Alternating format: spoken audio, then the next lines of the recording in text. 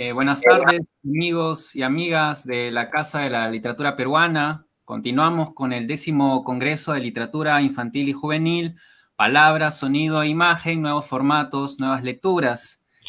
Antes de empezar, quisiéramos pedirle las disculpas del caso. Tuvimos que enfrentar algunos escollos debido a la conexión propios de esta época, pero bueno, aquí ya estamos. Para los que recién nos acompañan, esta mañana la investigadora española Gemma Yuch, especialista en promoción virtual de la lectura, planes de lectura y comprensión lectora, entre otros temas vinculados, nos presentó su conferencia magistral titulada Literatura Infantil y Juvenil y otras literaturas periféricas. En su exposición, Gemma resaltó que en la promoción de la lectura entre los niños y los adolescentes, lo más importante no es qué título se va a leer, sino cómo se van a leer. Siguiendo con la programación, ahora vamos a dar inicio a la mesa Transformaciones en la creación y la edición de literatura infantil y juvenil. Nos acompañan Juan Acevedo, Irina Burgos y Gianfranco Ereña. Y para la moderación de esta mesa estará Alberto Tirol, quien se encargará de dialogar con los ponentes invitados. Alberto es bachiller en Sociología, licenciado en Educación y egresado de la maestría en Literatura Infantil y Juvenil. Como escritor, tiene obras publicadas en Planeta, Norma, SM, Panamericana y otras editoriales. Fue editor de Literatura Infantil y Juvenil en la editorial Norma. Es promotor de lectura y participa constantemente en diversas actividades como capacitaciones, conversatorios, talleres, charlas y otros sobre el plan lector y sobre literatura infantil y juvenil. Ha sido docente de cursos de humanidades en varias universidades peruanas. Escribe y publica artículos y ensayos sobre literatura infantil en medios nacionales e internacionales, y ha participado como ponente en diversos foros nacionales e internacionales sobre literatura infantil y juvenil, además de haber sido jurado de varios concursos literarios. Desde la Casa de la Literatura estamos muy agradecidos con la presencia de nuestros invitados. Sin duda va a ser una charla muy productiva esta, no lo dudamos, que va a permitir aportar en la reflexión de docentes y de mediadores. Bueno, me despido ahora y los dejo con Alberto. Hasta luego y muchas gracias. Gracias, Pablo. Buenas noches. Estoy muy complacido esta noche de ser parte de esta mesa. Vamos a compartir los conocimientos de Irina, de Gianfranco, de Juan, desde sus perspectivas, desde los conocimientos que ellos tienen, ¿no? Voy a presentar brevemente primero a mis invitados. Irina Burgos es docente, especialista y crítica de literatura infantil y juvenil. Estudió educación en la Universidad Nacional de Piura y cuenta con estudios de maestría en literatura infantil y juvenil y animación a la lectura por la Universidad Católica Sede Sapienzae. Desde 2005 se dedica exclusivamente al trabajo con la literatura infantil, orientada a la apreciación y crítica del corpus, la educación literaria y la asesoría en planes de lectura. Dirige el blog de apreciación y crítica de literatura infantil En un lugar muy lejano. Juan Acevedo estudió Letras y Artes Plásticas en la Pontificia Universidad Católica e Historia del Arte en la Universidad Nacional Mayor de San Marcos. Entre sus historietas más destacadas están El Cuy, Paco Yunque, Tupac Amaru, Pobre Diablo, Luchín González, La Araña No, Love Story y Curaca. Su libro, Para hacer historietas, ha servido para organizar cientos de talleres en Latinoamérica, España, Alemania y Estados Unidos. Actualmente escribe el libro La historia del humor gráfico en el Perú. Gianfranco Ereña es licenciado en Comunicación por la Universidad de Lima y diplomado en Estudios de Formación Pedagógica para la Docencia Universitaria de la Pontificia Universidad Católica del Perú, donde obtuvo el grado de magíster en Docencia Universitaria. Desde hace 5 años es director de la web cultural El Buen Librero, así como docente de comunicación en el Instituto Von Braun y del blogging creativo en la Escuela de Edición de Lima. Bueno, tengo que decirle a mis invitados que tienen 8 minutos por bloque. Vamos a dividirlo en 3 bloques, es decir, yo les voy a hacer 3 preguntas concretas y cada uno de ustedes va a tener el lapso ya indicado.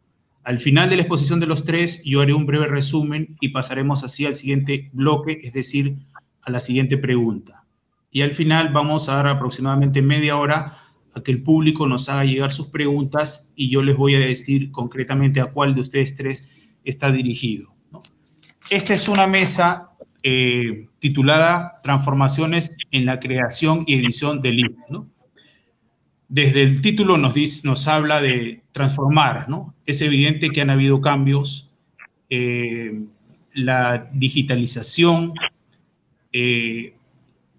ha incluido rubros hasta hace un tiempo inimaginables, ¿no? Entre ellos la escritura en general y la lectura en general, ¿no? Pero a nosotros tres nos corresponde hablar de lo referido a la literatura infantil. Entonces, teniendo como base ese término transformaciones, nos habla de que a nivel global hay nuevas textualidades, ¿no? Y que esas textualidades han sido determinadas definitivamente por la digitalización. Entonces la primera pregunta, y empieza Irina, es ¿qué relaciones establecen con la literatura infantil y juvenil estas nuevas textualidades?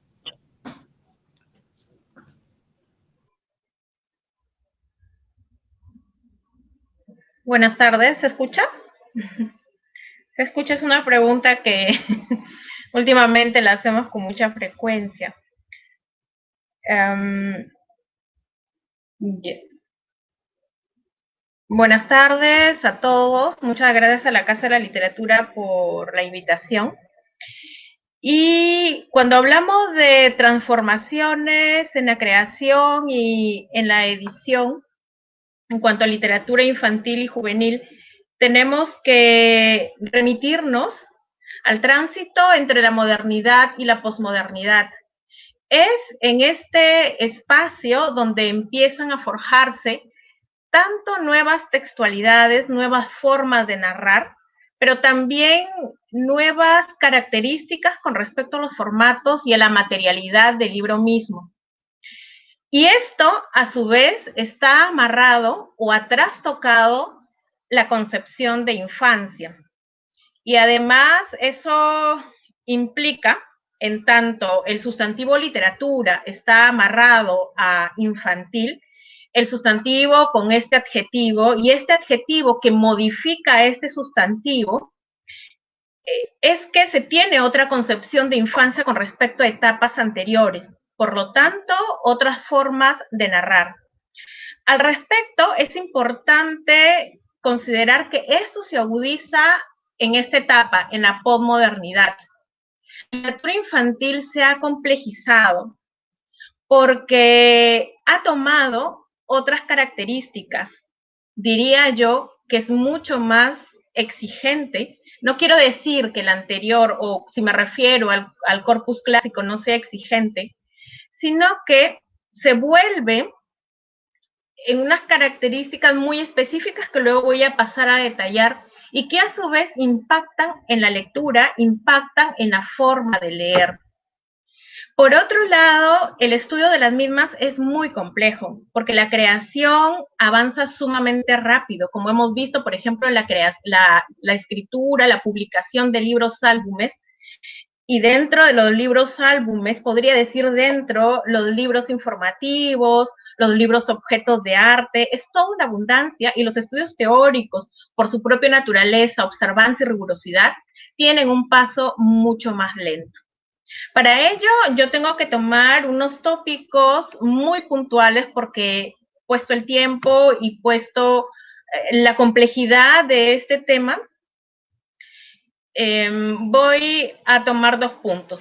De acuerdo a los estudios de Laura Guerrero Guadarrama, ella ha detectado lo que ha denominado modalidades neosubversivas. Puede sonar difícil, pero lo voy a explicar. Modalidades neosubversivas en la literatura infantil. ¿Y qué quiere decir esto? Quiere decir que se asume una posición frente a la vida en la narrativa que no regresa al orden. ¿Cómo así? Y atención porque esto es spoiler.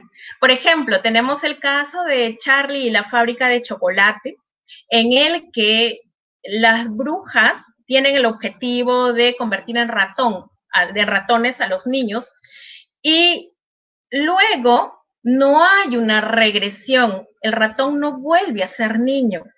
Es decir, en esa subversión que implica atentar contra el niño, bueno, en este espacio ficcional, ya no se retorna a su forma original.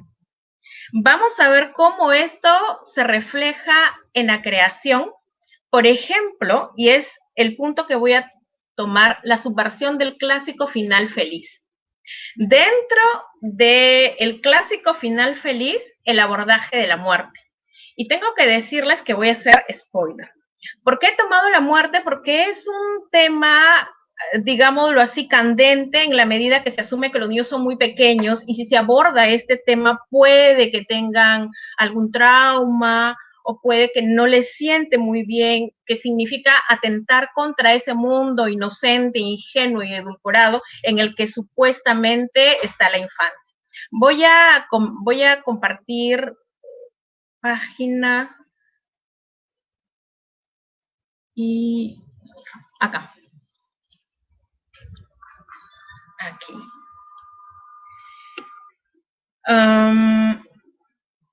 Aquí tenemos. ¿Cómo observamos este viraje en la textualidad en un tema puntual como la muerte? La muerte, a lo largo de su tratamiento en los textos de literatura infantil clásica, cumplen ciertas funciones. Teresa Colomer nos habla nítidamente sobre este fenómeno, en el que en la literatura clásica vemos que la muerte desencadena la acción, empuja al personaje a hacer algo. Por ejemplo, aquí, esta es Cenicienta, aquí dice Caperucita Roja, me he equivocado. Dice, a un hombre rico se le puso enferma su mujer, y cuando ésta sintió que se acercaba a su fin, llamó a su única hija y le dijo. Jacob y Wilhelm Grimm en Cenicienta. Allí la muerte aparece, digamos, levemente, solamente se menciona, no se desarrolla este proceso existencial, pero empuja y desencadena una determinada situación narrativa, y también sabemos el cambio de situación del personaje. Luego, si la muerte también, cuando ha ocupado un tema central dentro de una narrativa, como por ejemplo en La cerillera de los hermanos Grimm, donde la muerte es la conclusión para pasar a un estado mejor. Pero en el rincón de las casas apareció por la mañana la niña con las mejillas rojas y una sonrisa en los labios. Estaba muerta la última noche del año. La niña sufre tanto, y una forma de ponerle fin a ese sufrimiento es la muerte. Esas son las expresiones en que se manifiesta en este tipo de narrativas. Pero ¿qué pasa? En el relato contemporáneo, además de los soportes novedosos que tenemos en el libro álbum y en los elementos que lo conforman, la muerte es abordada de una manera diferente. No implica solamente el cambio de la situación del personaje, sino que además una posición diferente de este personaje frente a este evento. Por ejemplo, en El corazón y la botella de Oliver Jeffers, es un relato, es un libro álbum en el que una niña comparte o tiene un vínculo muy estrecho con una persona de su entorno familiar, pasan muchísimo tiempo juntos, él le cuenta, nunca dice el libro quién es. Yo asumo que es el abuelo. Si ustedes lo leen van a tener probablemente otra interpretación, pero de pronto ese sillón que ustedes ven que está ocupado por esta persona, llega un momento en que aparece vacío. Ese vacío implica una pérdida. Frente a esta pérdida, la niña se saca el corazón y lo coloca en una botella. Recorre los mismos espacios que ya no son iguales debido a la ausencia, y ella se sume en una absoluta tristeza hasta que aparece un personaje que le hace mirar la situación diferente, que le hace mirar muchas cosas de la misma manera que las miraba con esta persona. Irina, pero, ¿sí? te queda un minuto. Ya. Entonces, aquí luego ella quiere sacar el corazón de la botella y no puede.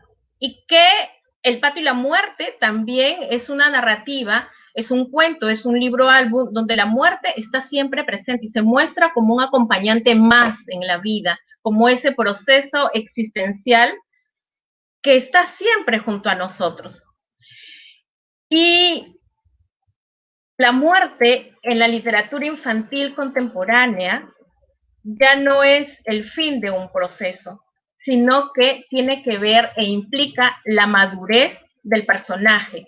Es decir, ese final no es feliz en el sentido de vivieron felices para siempre, sino que esa felicidad tiene que ver con la resignación del personaje a vivir con esa pérdida, que no implica la ausencia de dolor, sino que implica una aceptación. Y definitivamente este tipo de abordajes, puesto que la imagen cumple un papel central, ha impactado en cómo se edita un libro. Por ejemplo, en La Madre y la Muerte, que es un libro que tiene dos cuentos, por un lado La Madre y la Muerte y por otro lado La Partida, y llega un momento en que se encuentran esos dos relatos, como ven en la imagen, y el mismo uso de el blanco y el negro muy atípico en los libros dirigidos a niños o a jóvenes, porque en este libro se ha difuminado esta franja. No es un libro que esté dirigido solamente a niños, sino al público en general. Para mí es un tema sumamente apasionante y lo dejo aquí, porque iba a hablar de reescrituras, pero ya lo dejamos aquí. Luego Después lo podría retomar. Listo. Entonces, Juancito, por favor, te cedo la palabra. Cómo no, muchas gracias. Ya vi que eres un alemán, así, el manejo de los tiempos. No, es que además conozco a Irina. Fantástico, fantástico. Mira, la primera pregunta sobre los cambios, ¿no? Las transformaciones ocurridas en la creación, en la edición infantil y juvenil, yo la voy a abordar desde mi experiencia en mi trabajo como creador de historietas y otros productos análogos o afines, emparentados con la historieta, ¿no? Una pregunta que me hace mucha gente desde hace algunos años, conforme van avanzando las nuevas tecnologías, es si yo trabajo ya desde lo digital. Y yo les respondo que soy tradigital, es decir, tradicional y digital, ¿no? Y yo soy de la era de papel. Yo me formé en una escuela de arte y en un departamento de historia del arte cuando no existían estos medios. Y entonces aprendí a dibujar en el papel y en grandes dimensiones, ¿no? Que con un gesto que salía desde la altura del estómago, prácticamente uno trazaba una línea para expresar lo que tenía delante, el modelo que tenía delante, ¿no? Y entonces el papel es parte de mi ser, es parte de mi naturaleza, ¿no? Entonces, yo soy muy familiarizado con el papel y amo al papel porque, claro, lo siento muy familiar y uno ama a su familia, ¿no? Entonces, sin embargo, llegaron estos nuevos medios y un día, pues, probé a ver cómo era eso, de lo cual me hablaba tanta gente. Entonces, yo dibujo sobre el papel con una plumilla muy a la antigua, ¿no? Y vamos a ver si logro que se vea. No llego a reconocer mi derecha y mi izquierda. ¿Por qué no se ve? Aquí estoy, ¿no? Con esta trabajo. Entonces, esto es completamente a la antigua, pues. A la antigua me refiero a siglos atrás, ¿no? A siglos que han llegado hasta mí y que han terminado justo en mi generación o hasta en la siguiente. Y en la subsiguiente, que es la de mis hijos, pues allí ya ha comenzado este universo, ¿no? del Internet y de los nuevos medios que genera el Internet, la computadora, etcétera, ¿no? Entonces yo dibujo en el papel, luego escaneo, limpio, coloreo, corrijo, ¿no? En la computadora. Y entonces fui aprendiendo poco a poco, nunca asistí a ningún curso. Entonces, a veces me sentía yo como un hombre, pues, de otra era y que aprendía como podía para poder vivir en esta nueva época, ¿no? Y entonces me ocurrió como a mucha gente que muy pronto teníamos el problema del túnel carpiano, ¿no? Que se lesionaba porque uno no estaba acostumbrado a dibujar en esta nueva herramienta, ¿no? Les hablo de una forma todavía muy elemental, que es como llegaron los primeros programas, ¿no? Luego ha ido avanzando mucho esto y ahora pues hay una serie de instrumentos y técnica para dibujar sobre la pantalla de manera más cercana, digamos, a lo que es el papel, ¿no? Pero estas naturalezas, ¿no?, tienen que ver también con aquello a lo cual se refería Gema Yag, ¿no?, en su charla magistral, que en el momento actual, y yo creo que en todo momento, ha sido más importante, ¿no?, que lo que vamos a comunicar, cómo lo vamos a comunicar. El cómo es sumamente importante siempre. Y yo no pude asistir a esta charla de ella, pero estos dos factores, el qué y el cómo, son algo que está presente en nuestro trabajo siempre, ¿no? Y actualmente con los nuevos medios, pues es otra naturaleza. La historieta, este medio tan universal y que ha dado tanto de sí a los nuevos medios, ¿no? Por decir, en el celular, los emojis, ¿no?, los emoticones, pues nacen obviamente vinculados a todo el repertorio de expresiones que proceden de la historieta, y así una serie de elementos.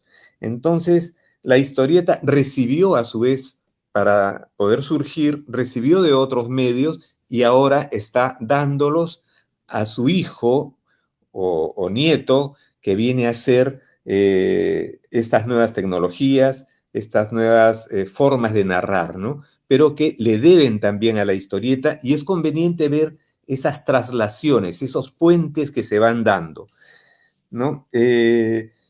Yo he visto en el camino que han desaparecido oficios enteros en la prensa. Entonces mucha gente se pregunta si va a continuar existiendo el libro, si va a continuar existiendo el mundo impreso. Y surgían inmediatamente gentes que dicen que no, y se aferran, eso es natural. Sin embargo, en los tiempos que estamos viviendo actualmente, durante la pandemia, estamos viendo cómo se ha potenciado inesperadamente, se ha acelerado la necesidad, ¿no? Se ha acelerado el tener que comunicarse a través de esos nuevos medios. Y entonces hemos aprendido el uso, pues, de nuevas formas de llegar a la gente, ¿no? A través del Zoom, a través del GoToMeeting, a través de varios medios, de varias formas, para poder comunicarnos, para poder dar charlas, para que la marcha de la comunicación, de lo cultural, de la educación, no se detenga. Entonces, hemos visto cómo, por ejemplo, en estas semanas últimas surgió un problema tremendo de tipo político en relación a las tablets, ¿no? Y que privarían, o ya están privando, a un porcentaje muy grande, significativo, de niños de nuestro país, ¿no? Pues a través de las tablets también resulta que es muy cómodo leer historietas, ¿no? Más cómodo que a través de una laptop o de la computadora, ¿no? Y mejor que en el celular incluso, ¿no? A través de las tablets. Entonces estamos viendo cómo estos nuevos medios, que son diversos, que ofrecen un conjunto de posibilidades para a través de ellos contar cosas, ¿no?, van cambiando, modernizándose, y ya llegó esa época. esta nueva época que decíamos es la que estamos viviendo. El futuro que se anunciaba ya llegó. Entonces, ¿eso de qué manera toca a nuestro trabajo?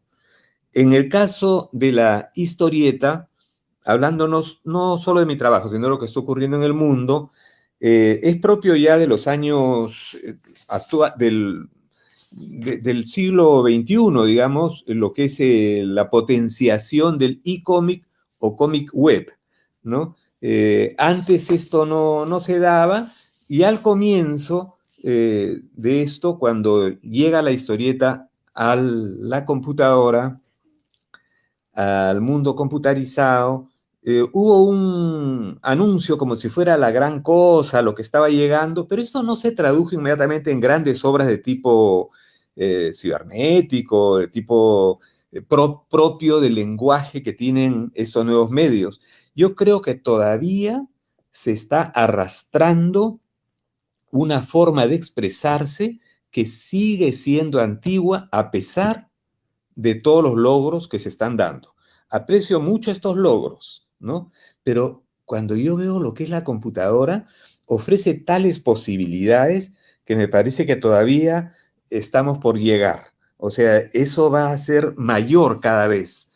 Y quizás estos nuevos medios, como estamos hablando ahora de las tablets, como estamos hablando de la comunicación virtual, que obliga también a una interacción, porque el medio es muy interactivo por naturaleza, va a hacer que en el tiempo que viene, en el tiempo siguiente, pues se hagan nuevos productos, ¿no? Que respondan también, que utilicen, que no desaprovechen todos los recursos que se obtiene en estos medios, ¿no? Ejemplos. Al comienzo de los webcomics y todavía actualmente, uno entra a las páginas de e-comics, ¿no? Y continúa viendo las historietas antiguas. Solo, Juancito, ¿cómo no? ¿Me queda un un minuto? minutito. Perfecto. Uno. ¿Cómo no? En esas nuevas, digamos, tecnologías se sigue trabajando a la antigua, sobre todo historietas de superhéroes, ¿no? Y no pasa nada. Y lo que tendríamos que usar es también el movimiento, como ya se está comenzando a hacer hace algunos pocos años. Y entonces, de esa manera se está respondiendo con nuevas formas de narrar y con una nueva materialidad que es la virtual, ¿no? Valga la paradoja entre materialidad y virtual. Y lo virtual se está llegando, digo, a ese nuevo universo. Gracias. Te cedo la palabra, por favor, Gianfranco. Hola Alberto, hola, ¿qué tal? ¿Cómo están todos? Buenas noches. Bien, creo que hablaron un poquito de la edición, hablaron un poco de la nueva forma en la que se están consumiendo los diferentes tipos de narraciones. Yo voy a incidir sobre todo en este último punto, la forma como de pronto las nuevas tecnologías, las nuevas textualidades han influido en nuestra forma de contar historias, porque de hecho ya está sucediendo, ¿no? Empezando por un vínculo que me parece inagotable que tiene la literatura y que la ha tenido desde siempre, ¿no? Y es el vínculo de las historias con la voz, de cómo nos reuníamos desde tiempos primigenios delante de una fogata a escuchar historias. Cuestión que seguramente repetimos y reproducimos a través del tiempo y a través de diferentes ejemplos, cuando estábamos en el jardín o con un pariente, en este caso, por ejemplo, les cuento, mi abuelo era un excepcional cuentacuentos, y hablábamos, sí, de literatura, hablábamos, sí, de cuentos, pero era un vínculo que nosotros forjamos a través de la voz. Y ahora, en este nuevo contexto en el que nos hemos visto prácticamente orillados a enfrentar a la tecnología y domesticarla sobre la marcha, se ha recuperado, creo, el vínculo que los seres humanos teníamos con la voz. Y digo recuperado porque siempre existió. Siempre hubo narraciones de cuentos orales a través de YouTube. Siempre hubo transmisiones de Facebook, de gente que se animaba a leer un cuento, pero ha sido la necesidad la que nos ha obligado y la que nos ha puesto sobre vitrina una serie de opciones mediante las cuales nosotros ahora consumimos historias. ¿Qué ha cambiado a través del tiempo con respecto a ahora? Ha cambiado básicamente la forma y los preconceptos que tenemos de cara a la predisposición que tenemos de contar historias. Irina muy bien señalaba acerca de los finales que no necesariamente son felices. Juan ha hablado un poco acerca de las historietas y de cómo éstas se relacionan con las series, con las películas. Y yo voy a retomar un poco de ambas, porque el universo de la mayoría, y voy a decir mayoría porque lamentablemente todavía en nuestro país tenemos muchas carencias de conexión, de conectividad, y sería injusto decir que estamos totalmente al alcance de poder adquirir tecnología y de poder llegar finalmente a una educación tecnológica en ese sentido.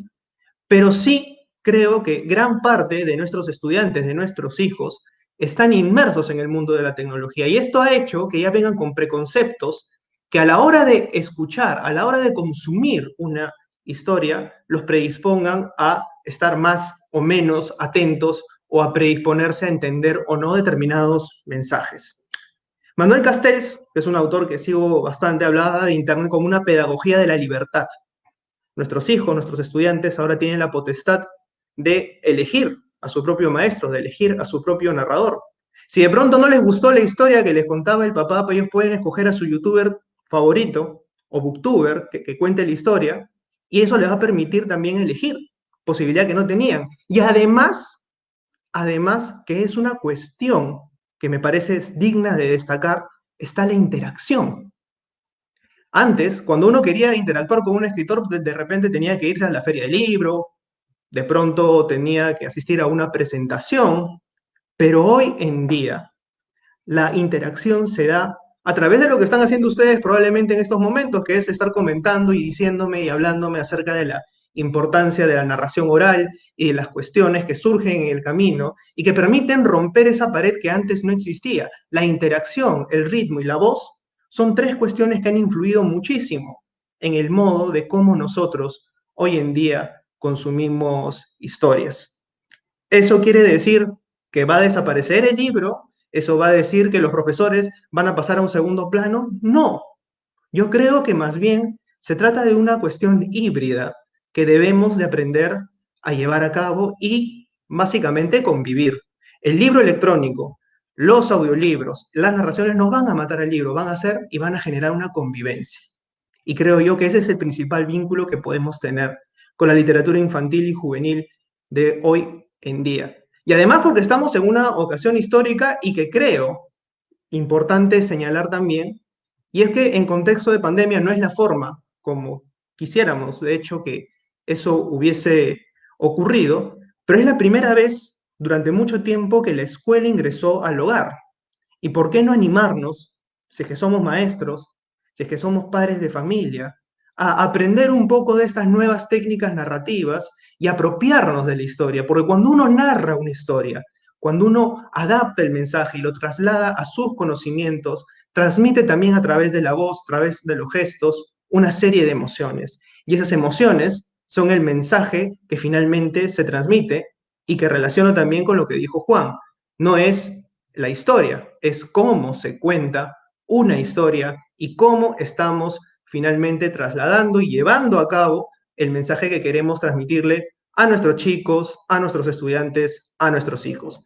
Entonces yo creo que redondeando un poquito lo que han dicho todos, y temo esperar no haberme excedido con el tiempo, va por ahí, ¿no? La tecnología lo que ha hecho es básicamente dar un foco muy importante en cuestiones de ritmo. Tenemos que ser bastante dinámicos, tenemos que adaptar el discurso y trasladarlo a desde lo que nuestros recursos puedan permitir para poder consumir una historia, trasladarla, decirla o en su defecto leerla, ¿no? Porque es básicamente bastante importante el cómo transmitimos el mensaje y ese mensaje encriptado que puede trasladar de pronto nuestra voz o nuestros gestos, ¿no? De acuerdo a determinada historia.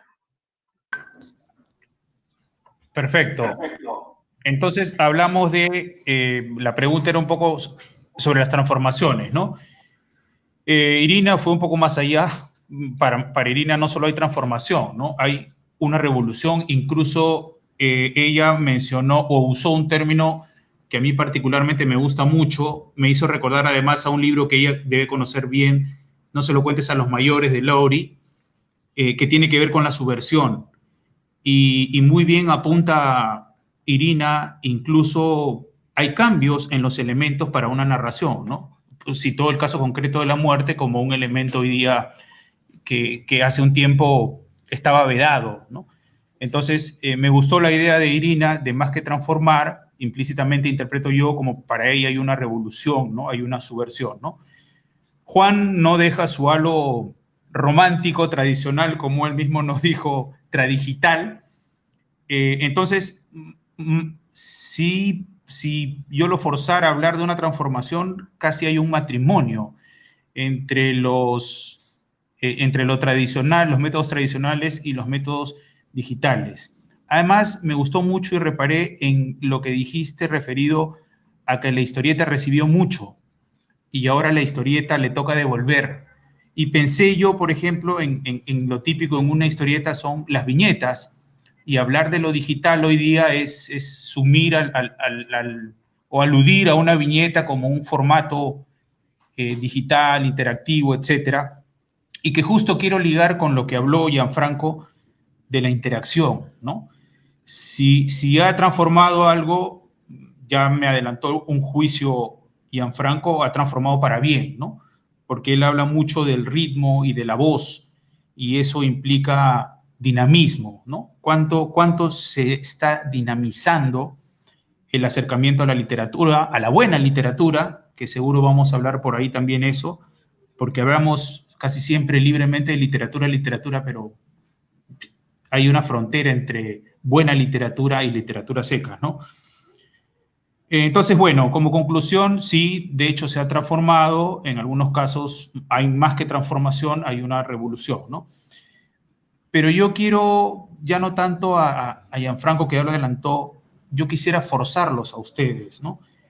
Estas transformaciones son beneficiosas para todos los actores, es decir, para el emisor, que puede ser el escritor, para el receptor, que puede ser el lector, sea un lector joven o niño, y hablemos de el mediador, ¿no? Que en este caso puede ser una editorial, puede ser un blog, etcétera. Entonces, yo quiero reformular las preguntas que me dieron y forzarlos a ustedes a decirles cuán beneficioso o cuán perjudicial puede ser para el emisor y para el receptor, es decir, para el escritor y para el lector. Irina, por favor.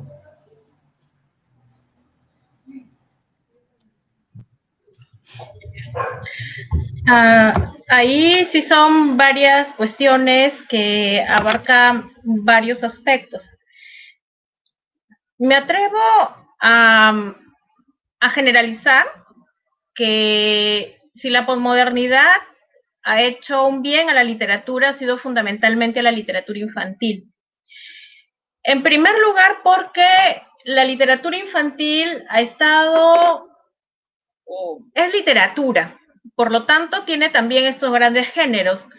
En la literatura infantil tenemos narrativa, como tenemos en el sistema literario para adultos, hay poesía, como lo tenemos para adultos, pero de pronto aparece el libro álbum, que no tiene un correlato en el sistema literario dirigido a los adultos. Y es lo que he dicho muchas veces, y de pronto me está escuchando alguien que ya me ha escuchado en otro espacio, el libro álbum es el macrogénero y es la forma literaria que la literatura infantil le ha legado a la literatura en particular y a la cultura en general. Eso por un lado. Pero por otro lado está ligado al tema que yo abordaba, que es la muerte, es un tema que me fascina en el tratamiento de la literatura infantil. La literatura infantil y juvenil está muy amarrada a un mercado específico, hablando en la publicidad, en las publicaciones y hablando en el mercado editorial. Entonces hay temas como la sexualidad, la muerte, la guerra, entre otros, que tienen que ver justo con estas modalidades, y esta modalidad es llamada el neorrealismo en la literatura infantil.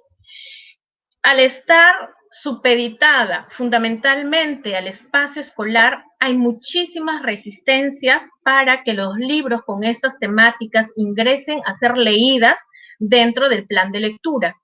Y eso como consecuencia tiene que ver con que las editoriales no publican muchos libros sobre estos temas o probablemente ninguno. Sé que sí hay una apuesta arriesgada, tanto por las formas narrativas, por las formas literarias, como por los formatos o por la materialidad del libro.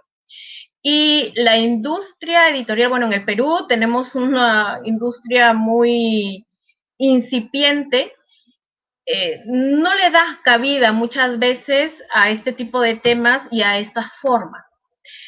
Otro obstáculo, diría yo, pero más que obstáculo tendríamos que verlo como una forma de replantear la manera de leer, y tiene que ver con el mediador. Y con mediador me refiero a los padres de familia, y también como mediador me refiero a los profesores, que son considerados como mediadores profesionales, porque asumimos que saben leer literatura en la medida que es un discurso diferenciado que otros y por lo tanto tiene una forma específica y diferente de leerse. ¿Y qué quiero decir con esto? Que, por ejemplo, en el caso del libro álbum, en su tipología, ya sea en la conformación del código escrito con el código visual o solamente conformado por la narrativa visual, es decir, solamente con imágenes que cuentan, tanto los profesores como los docentes muchas veces se asustan ante estos formatos, ante este género, y no lo consideran, ya sea para la compra para sus hijos, comprarlos para sus hijos, o ya sea para la implementación de un plan de lectura.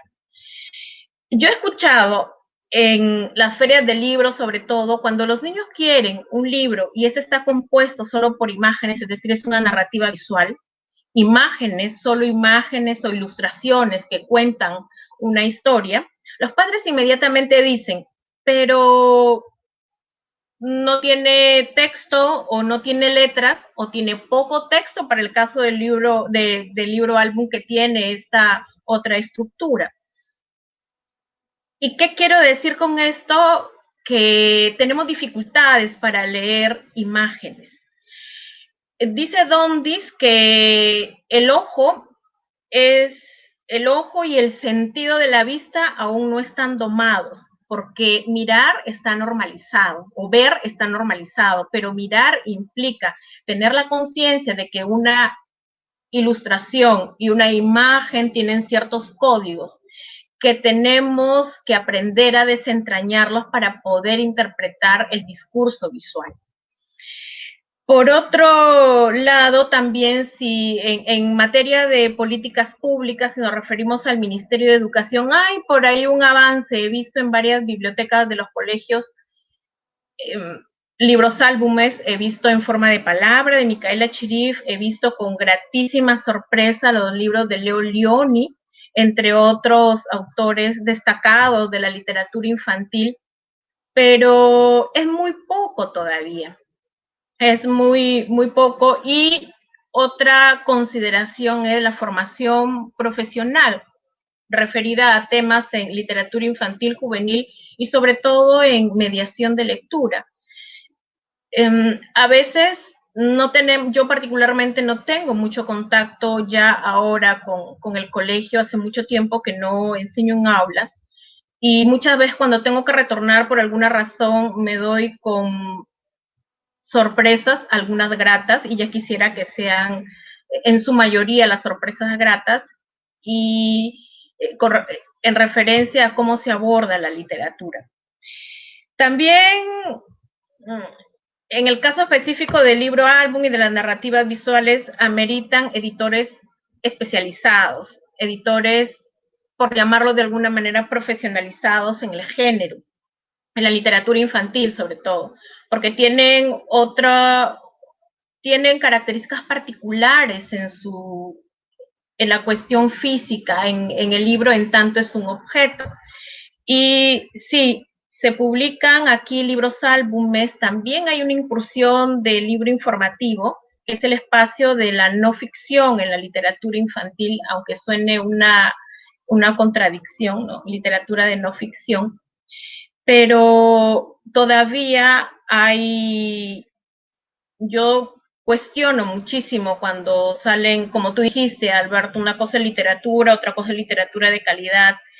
También tenemos en el mercado bastante literatura, o que es presentada como literatura.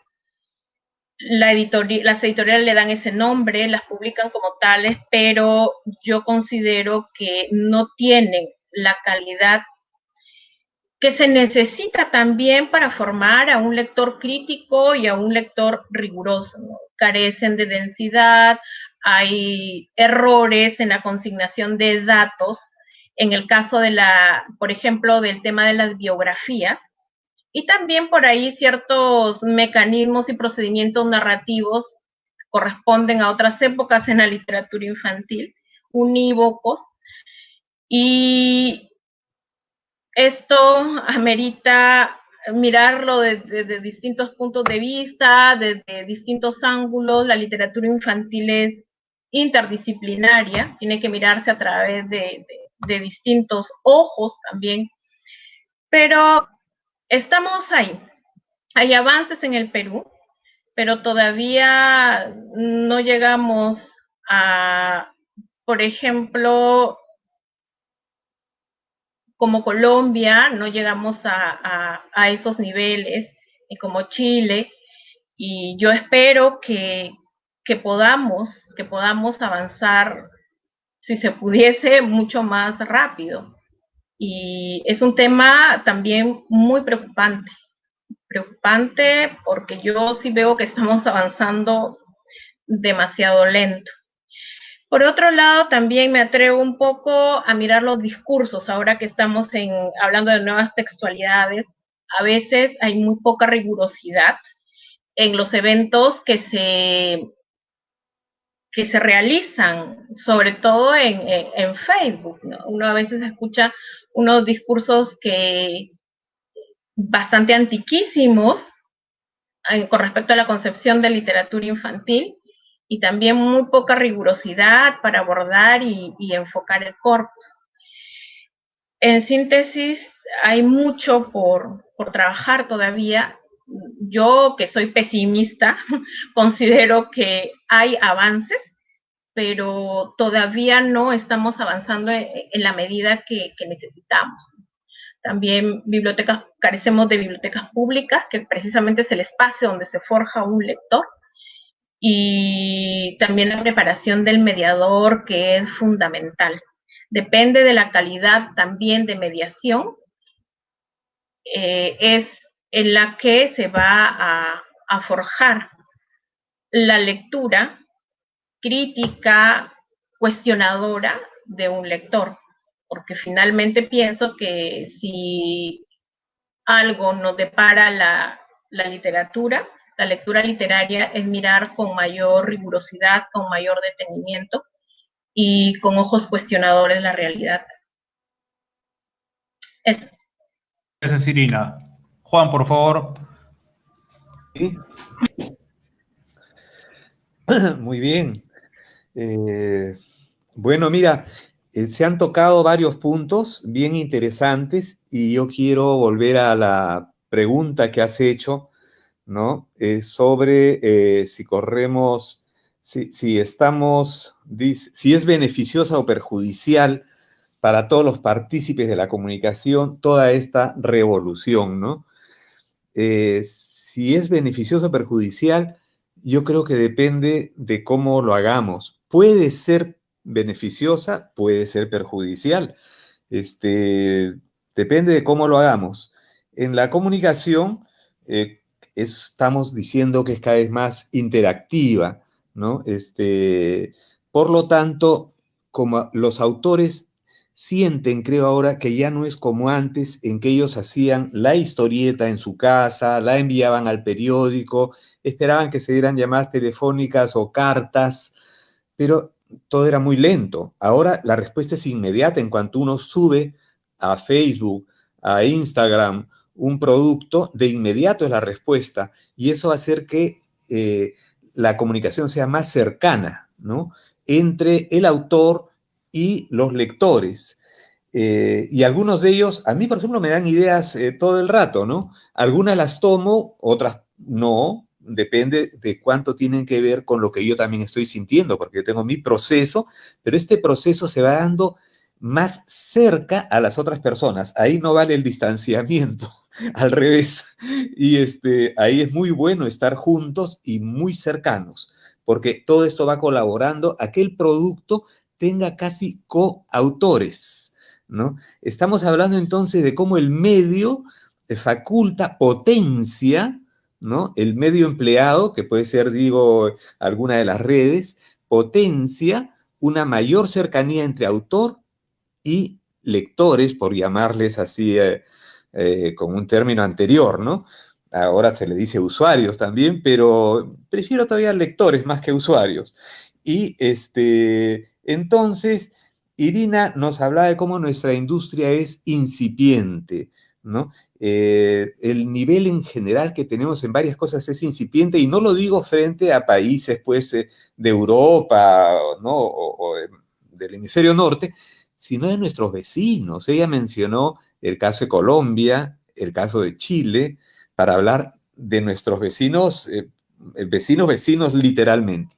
Entonces, yo vi, por ejemplo, hace años, cuando publiqué la Convención sobre los Derechos del Niño y el Adolescente, una lectura desde Latinoamérica, se llamaba este libro, que fue publicado por UNICEF y por Rada Barren de Suecia, pero se editó en Colombia. Yo viajé a Colombia y vi, pues, toda la industria editorial era inmensa ya.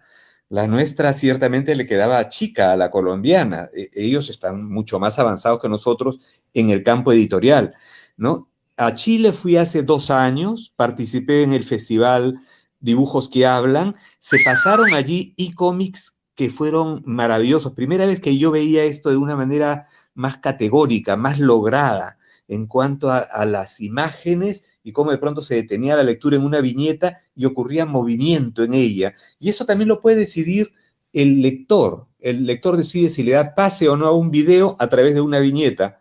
Así como ahora podemos siempre, ¿no? Le hemos dado también pase o no a la cita al pie de página. Y claro, uno gana con estos otros comentarios. Igual en este caso gana leyendo esa posibilidad de averiguar más, por ejemplo, ¿no? Y todo en la imagen. Entonces, hablaba Gianfranco sobre la voz, y esto me pareció muy importante a mí, ¿no? Las historias a través de la voz, que fueron quizás las primeras historias que se contaron, yo creo que desde el principio también fueron apoyadas por la imagen. Pienso en los hombres de las cavernas, en lo elemental de su lenguaje lingüístico, verbal, ¿no? Y en cómo se tenían que apoyar en algunas imágenes para recordar una historia, para narrar un hecho, para de manera mágica situarse ante la fiera que querían cazar luego. Entonces, en la historieta se integran la imagen y la palabra escrita. La palabra escrita, que es la de la lectura habitual, ¿no? Y por eso en el siglo XIX, vean, ¿no? Reaccionaron muchos profesores y señores formados en su tiempo ante la historieta. Y esos prejuicios continuaron hasta el día de hoy, aunque más tenues, porque ya sería absurdo, ¿no? Estamos en un tiempo en que la imagen está cada vez más presente, pero ellos decían, no, ahí se van todo masticadito. Y otros pensaban, sí, pues en el Quijote de la Mancha yo leo y me imagino, pero si me lo presentan dibujado ya no va a ser lo mismo. Yo digo, por supuesto, tienen razón. Hay cosas que son hechas para leerse solamente y hay otras que son para leerse y verse, ¿no? Son cosas distintas, no compiten, son aliados más bien, ¿no? Entonces, recuperar la voz es algo que ahora se puede hacer, nos decía Gianfranco, a través de los medios virtuales, lo estamos viviendo en estos tiempos de pandemia, pero también, ¿no?, a través de cómo lo hace la historieta. La historieta integra la palabra escrita al dibujo, ¿no? Y son dos lenguajes que forman uno solo. La historieta es netamente mestiza, no es dibujo más texto. Por eso se equivocan, y se equivocaron mucho editores que decían, voy a juntar a tal escritor que es buenísimo, con tal dibujante que es extraordinario, y me va a salir una historieta fenomenal. No salía nada. Y de pronto un dibujante que es regularcito nomás puede hacer una historieta formidable. Todo depende de cómo se concibe la obra, ¿no? La historieta, digo, es dibujo y texto. Y a mí me parece un lenguaje no solo actual, sino un lenguaje también que es un puente para lo que viene. Y eso se ve desde actualmente, cómo se da, digo, en el lenguaje que tenemos desde el telefonito, desde el celular, hasta el que empleamos en otros medios, ¿no? Se puede ver cómo está presente el lenguaje de la historieta. En los colegios, para hablar de algo a lo cual se ha referido Irina, ella nos hablaba, ¿no?, de cómo nuestros libros todavía no han alcanzado pues estos niveles que en otros lugares se está alcanzando. Nuestra producción de libros en el Perú está todavía quedada, ¿no? Tenemos idea, pero todavía no se hace porque no hay, quizás nuestras editoriales todavía están siendo tímidas, ¿no?, en relación a convocar a ese tipo de producto. Y claro, en ese momento menos, porque ahora nadie se arriesga a publicar algo nuevo. Tenemos que esperar a que pasen este año virtual, ¿no? Para que el año próximo, ojalá se recuperen las clases presenciales y también los libros tocables, tangibles, ¿no? Pero entonces, ¿cómo se aborda la historieta en los colegios? Cada vez más, cada vez más. Ahora hay muchos concursos de historieta, talleres de historieta, maestros interesados porque se dan cuenta que a sus niños les interesa la historieta. Entonces, todo esto hace posible que, si los niños tienen una preparación en este lenguaje de la historieta, van a poder narrar también muchas cosas. Hace muchos años, recuerdo una persona que fue ministra de Educación, Gloria Helfer, antes de serlo, se presentó un día a mi casa con unas historietas que habían hecho sus alumnos sobre la captura del Inca Atahualpa en Cajamarca. Y era maravilloso porque habían integrado, ¿no?, la clase con su propio humor, con su propia lectura, y ahí se veía cuánto habían entendido y cuánto había nivel crítico. Pero la historieta no solamente, digamos, se da, como también nos mencionaba, creo que Irina fue, ¿no?, en relación al discurso, no se da solamente, digo, el discurso de manera informativa, ¿no?, sino que podemos integrar en él cosas subjetivas también que son parte de la educación. Y ahí el maestro, si es que está preparado, tiene que ser cuidadoso porque va a conocer a sus alumnos más que como ellos se muestran. En la historieta van a sacar más cosas de dentro, van a sacar cosas de sí que no vuelcan por temor a un bullying, por ejemplo, ¿no? Entonces estamos ante un medio que faculta la comunicación, que la propicia, yo creo, de manera privilegiada. La historieta nació donde se cruzan varios medios. Se toma de la literatura, se toma de la pintura, se toma del dibujo, se toma del grabado, se nutre del periodismo, así nace la historieta. Y luego, muy pronto, surgen las historietas casi solo para los niños y jóvenes o un público interesado más en el entretenimiento. Así fue al comienzo. Pero para tomar entonces nuevamente la charla magistral con que se ha iniciado esta actividad en la Casa de la Literatura, la historieta no solamente atiende entonces al cómo está narrando a través de dibujos que son atractivos, a través de textos que son breves, ya los niños y las personas no leen tanto como antaño, ¿no?, sino que también la historieta, digo, abre el mundo de las personas, hace que se vinculen más. Fundamentalmente es eso a lo que me quiero referir en esta oportunidad.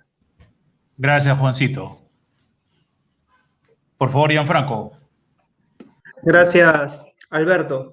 Bueno, sobre la pregunta puntualmente si es beneficioso o es perjudicial, yo tengo un punto, ¿no? Yo creo que, al igual que Juan, depende bastante, ¿no? Yo creo que en lo que hay que poner bastante énfasis es en el rol que cumplen hoy en día los mediadores de lectura y el énfasis que me parece debe ser transversal, ir desde la escuela hasta la sociedad y trabajar, creo que bastante de la mano, ¿no? Desde la escuela fomentando una lectura cada vez más crítica, menos dada al memorismo y más dada quizás hacia la reflexión. Y para esto es necesaria una preparación que me parece hoy en día está mucho más al alcance que quizás anteriormente, ¿no? Me parece que la reflexión literaria, el cómo concebimos la literatura, el cómo concebimos el uso del lenguaje debe ir de la mano del currículo educativo, del currículo nacional, y trabajar de la mano, ¿no? Trabajar de la mano de las competencias y demás que se ven. Hay que hacer la diferencia, y este es un concepto que muchas veces he conversado por ahí con Irina, acerca de la diferencia que existe entre educación literaria y enseñar literatura. El enseñar literatura es diferente, ¿no? El enseñar literatura de pronto te presenta una situación, te presenta personajes, pero hacer educación literaria implica reflexionar, detenerse en la lectura y hacer un trabajo posterior.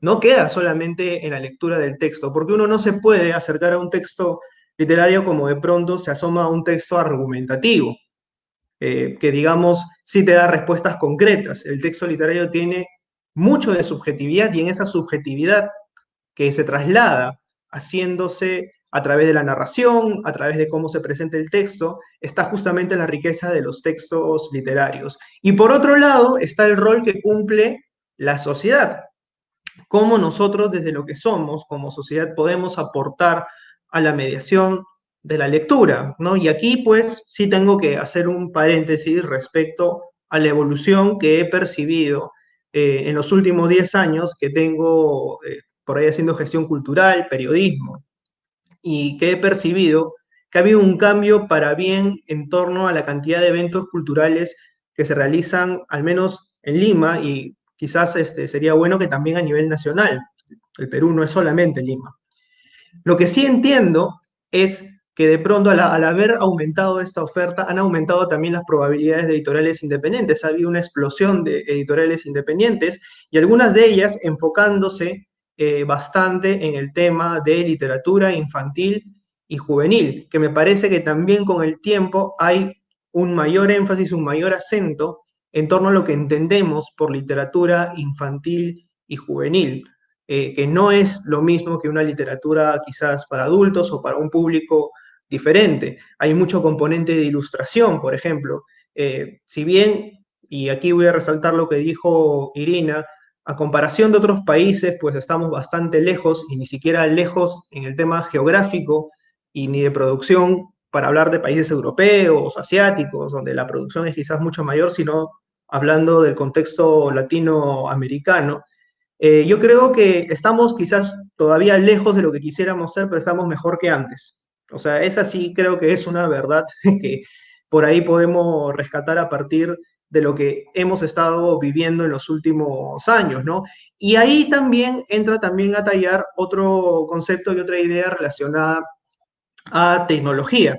Y es que los mediadores de lectura ahora tienen más posibilidades de poder aprender algunas cuestiones en torno a la literatura infantil y juvenil. Me parece que han hecho mucho bien los talleres de libro álbum para aproximarse a la experiencia sensorial, de entender de pronto que el libro no es solamente un objeto con páginas, sino que también puede ser una experiencia sensorial diferente, tocable, ¿no? Palpable, el libro como objeto, quizás ahora un poco más complicado por la situación que estamos viviendo, pero me parece que hay una noción acerca de eso. Y de pronto la libertad, entre comillas, libertad que podemos decir que existe hoy en día gracias a la tecnología, y que sería mucho mejor si es que la gente que lo hiciese por ahí pudiese profesionalizarse en eso, es la posibilidad de ellos mismos transmitir su mensaje a través de Internet.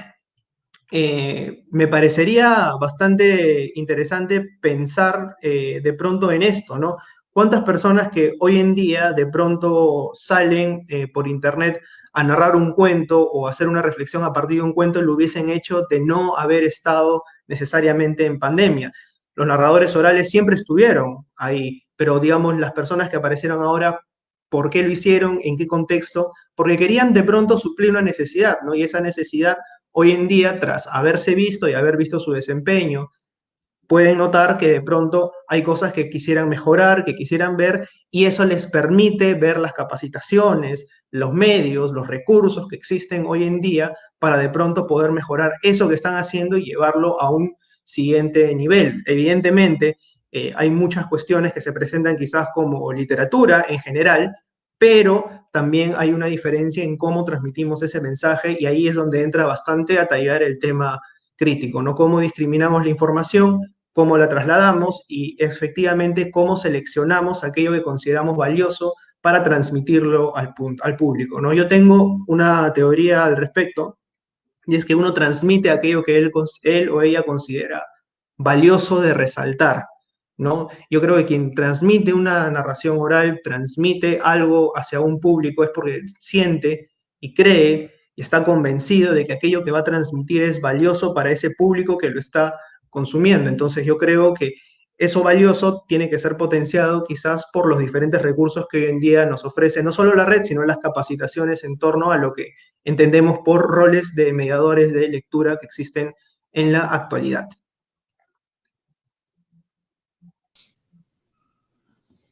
Redondear un poco las ideas vertidas, ¿no?, en este segundo bloque sobre cuánto aportan, ¿no?, esta irrupción a nivel global de estas nuevas textualidades, de las nuevas textualidades en función a la digitalización, ¿no? Irina dijo algo que duro, pero es una realidad, ¿no?, que pasa por el mundo editorial, ¿no? Si bien, por ejemplo, ella nota avances, y creo que todos nosotros, en cuanto a la materialidad del libro como tal, ¿no?, pero todavía no se abren a lo que son los temas, incluso concretamente ya hablo de la sexualidad hoy día, y que finalmente eso implica censura, ¿no? Temas que todavía no son capaces de compartirse, por ejemplo, en los planes lectores. Entonces, esta coyuntura termina siendo oportuna, debería ser provechosa, ¿no?, para compartir esos temas que hasta ahora no son cubiertos a cabalidad, ¿no? Y también hablabas de un mediador no preparado, ¿no? Hay una relación muy estrecha entre la editorial y la escuela. Ya dijimos, el primer muro con que se encuentran estos temas es la editorial, pero además, puedo decir desde mi experiencia, a veces un editor se puede atrever a publicar un libro que toca estos temas y se encuentra un muro con el colegio. Entonces se atrevió el editor, pero el mediador, en este caso el docente, lo veta, lo censura. Cuando yo tuve mi experiencia en Norma, conocí de un par de libros que los profesores no querían que sus alumnos lean, y eran libros muy literarios, con rigor literario, y tocaban temas que debieran tocarse, pero era el docente el que lo bloqueaba. Y cuando tú le preguntabas al docente, el docente te decía que era el papá, el que no hubiese permitido que su hijo lea. Entonces, tú puntualizaste muy bien, Irina, en cuanto a el asunto pasa por las editoriales y pasa por un mediador no preparado, tal cual, ¿no? Y entonces allí ligo un poco, salto lo que dijo por un momento Juancito y lo ligo con lo que sostuvo Gianfranco, que en todo caso hoy día también los mediadores tienen oportunidad para acercarse al libro y conocer un poco más de lo que es literatura, ¿no? Cuando Irina habló sobre los temas y Gianfranco habló sobre los mediadores y conocer al libro, recordé una cita de Teresa Colomer que dice: más que enseñar literatura, hay que enseñar a leer literatura, ¿no? Y es verdad, ¿no? Por experiencia también puedo decir que no son muchos los docentes que hagan una correcta lectura de un texto literario, y eso es lo que le transmiten a los alumnos, ¿no? Y bueno, y Juancito habló de que tenemos una oportunidad inmejorable en cuanto a que el medio potencia una mayor cercanía con el autor, con el libro mismo, y desde el lenguaje que suele utilizar Juancito, que mezcla, ¿no? Como él dijo, mezcla literatura, mezcla pintura, mezcla dibujo, mezcla periodismo. Es decir, es una gama mucho más amplia que ofrecerle a los lectores, ¿no? Ustedes de alguna manera se adelantaron. La tercera pregunta era, ¿cuál es la presencia de dichos formatos en el Perú, ¿no? Si es significativo o no, ya creo que ustedes han coincidido en que todavía estamos a la saga, ¿no? Entonces yo quiero hacer una repregunta en función a lo que he oído de ustedes tres, pero muy pequeña, porque de ahí vienen las preguntas de los que nos están siguiendo en la página, pero es las iniciativas que hay en Internet, ¿no? En la red. Por ejemplo, tú que diriges el blog, Irina, ¿qué tal la experiencia que tienes, ¿no? Y tú, por ejemplo, también dirigiendo la web cultural El Buen Librero, Gianfranco, cuéntenos un poquito, pero muy breve, por favor, sobre esas experiencias. O sea, cuán dinámicas se tornan en cuanto a generar interés en el público al cual ustedes se quieren dirigir. Cuéntanos un poquito, por favor, Irina. Sobre un lugar muy lejano.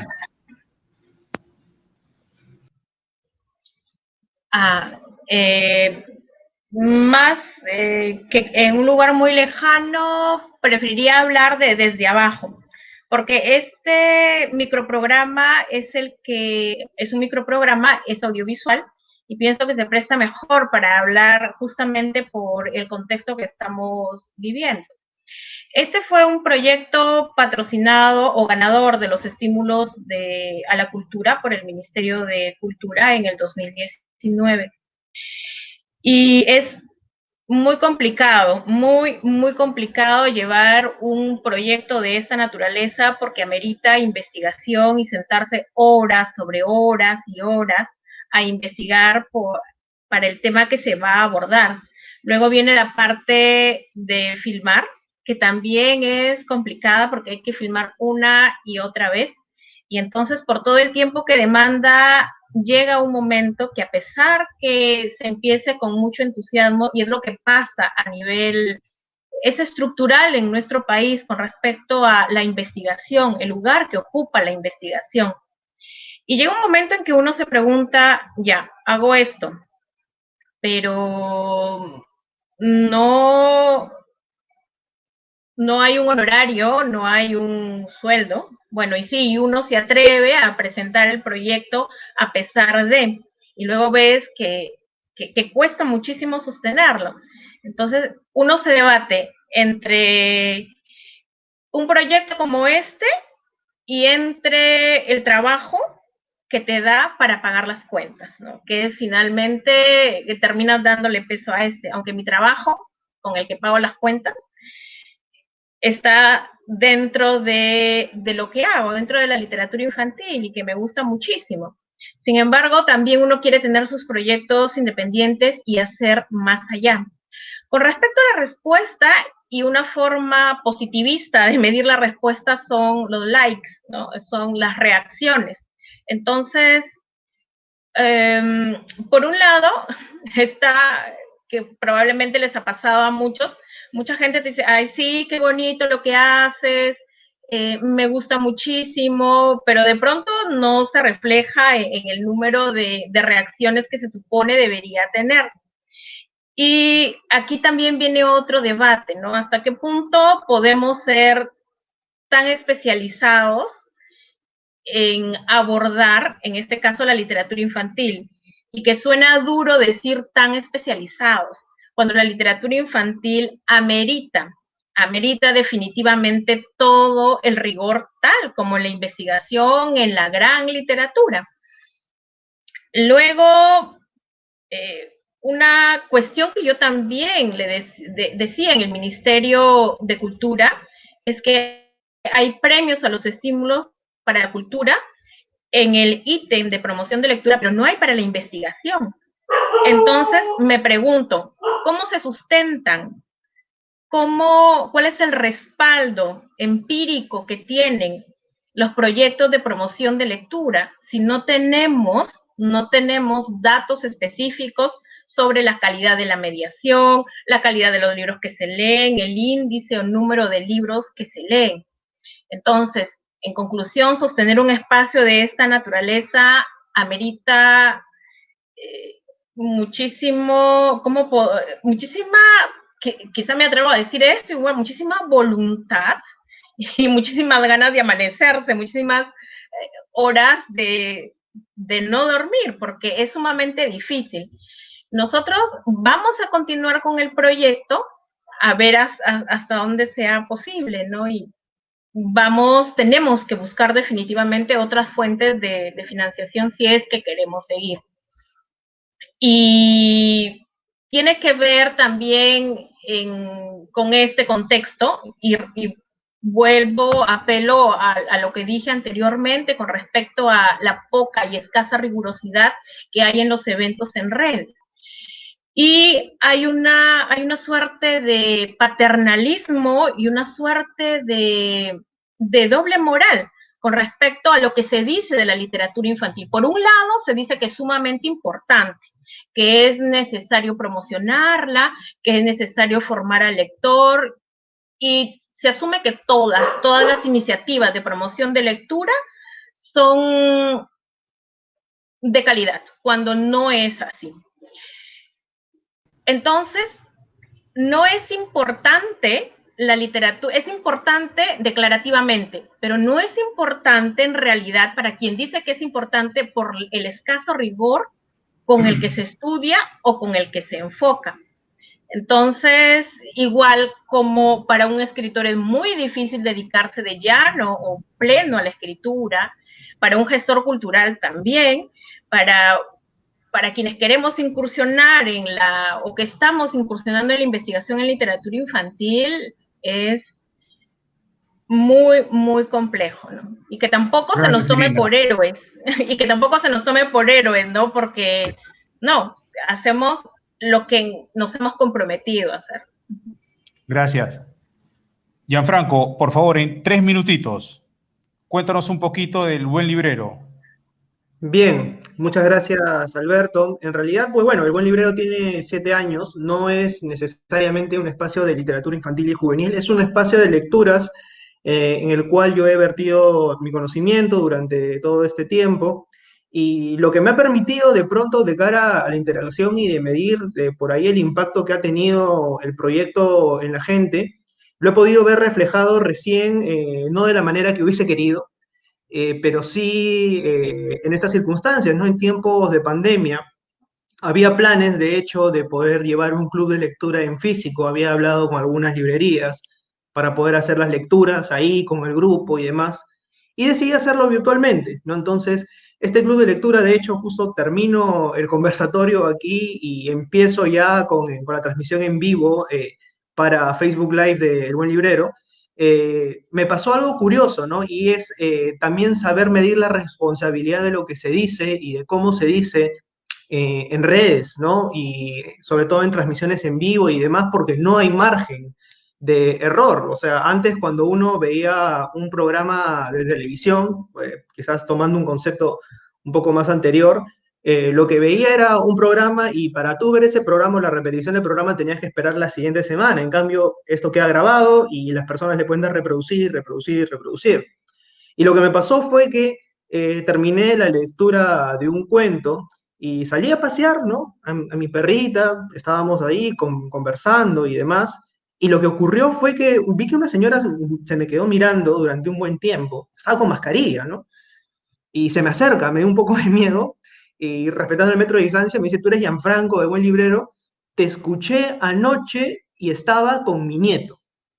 Y soy tal persona la que te comentó, y claro, en ese momento en el que le pones rostro al comentario, le pones rostro al like, al me encorazona o al me divierta, las reacciones que van surgiendo, te das cuenta también de la responsabilidad enorme que tienes, ¿no? Tú no sabes quién está del otro lado de la pantalla y cómo va a interpretar de pronto algo que tú puedes decir o hacer, ¿no? Entonces me parece que el rol de la mediación de lectura ahí es muy importante, porque tiene que haber, sí, una chamba previa, tiene que haber una investigación, como bien dijo Irina, y saber plantear el tema, ¿no? No es necesariamente el contenido, sino cómo se plantea ese contenido para que llegue a las personas sea de su agrado y sea también y tenga el impacto que necesita, ¿no? El buen librero, al igual que Irina, como bien me menciona, bueno, ganó también uno de los estímulos del Ministerio de Cultura, lo cual me ha permitido llevar adelante una serie de estrategias que me han permitido visibilizar muchísimo más el proyecto. Ya tenemos más de 100.000 seguidores en Facebook,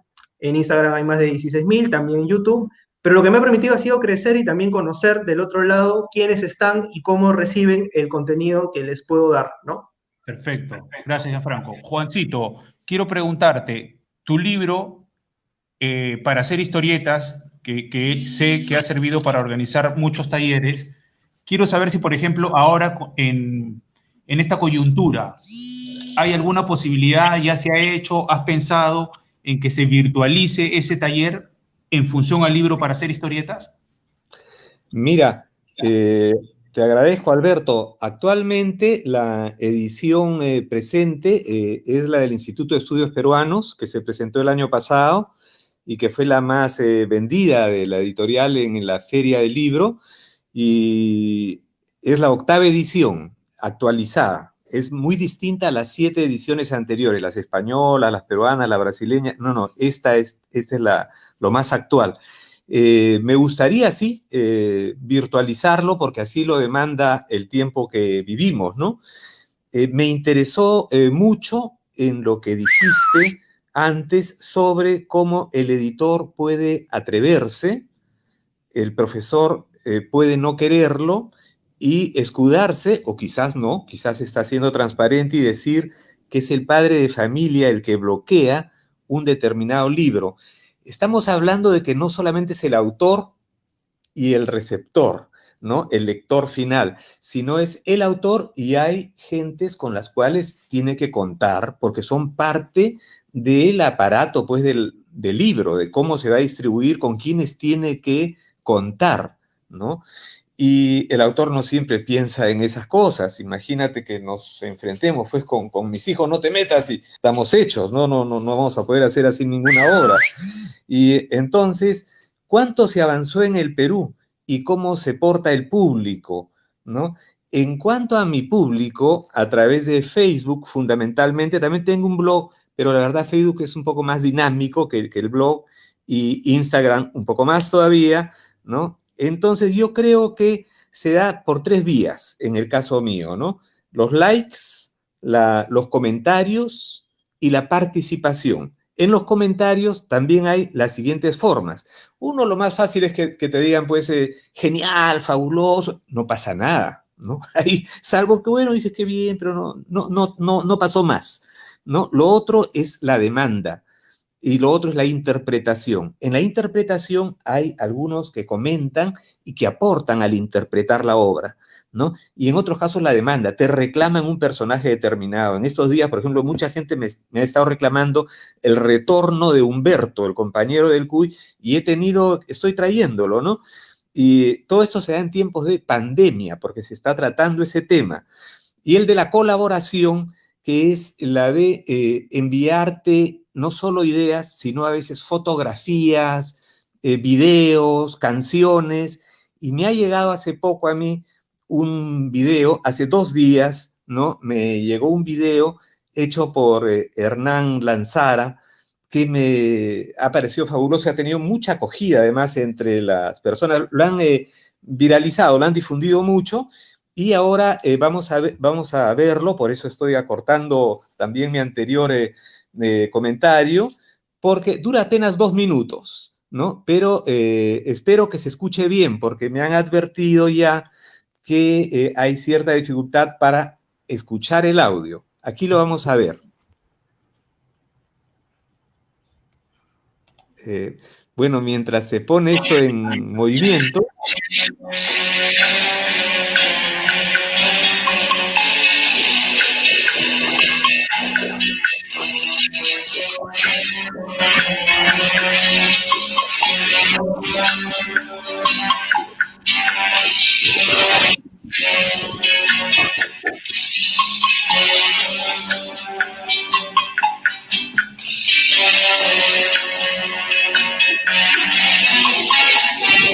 Una cólera sorda descabellada barre la vida silenciosamente vaga.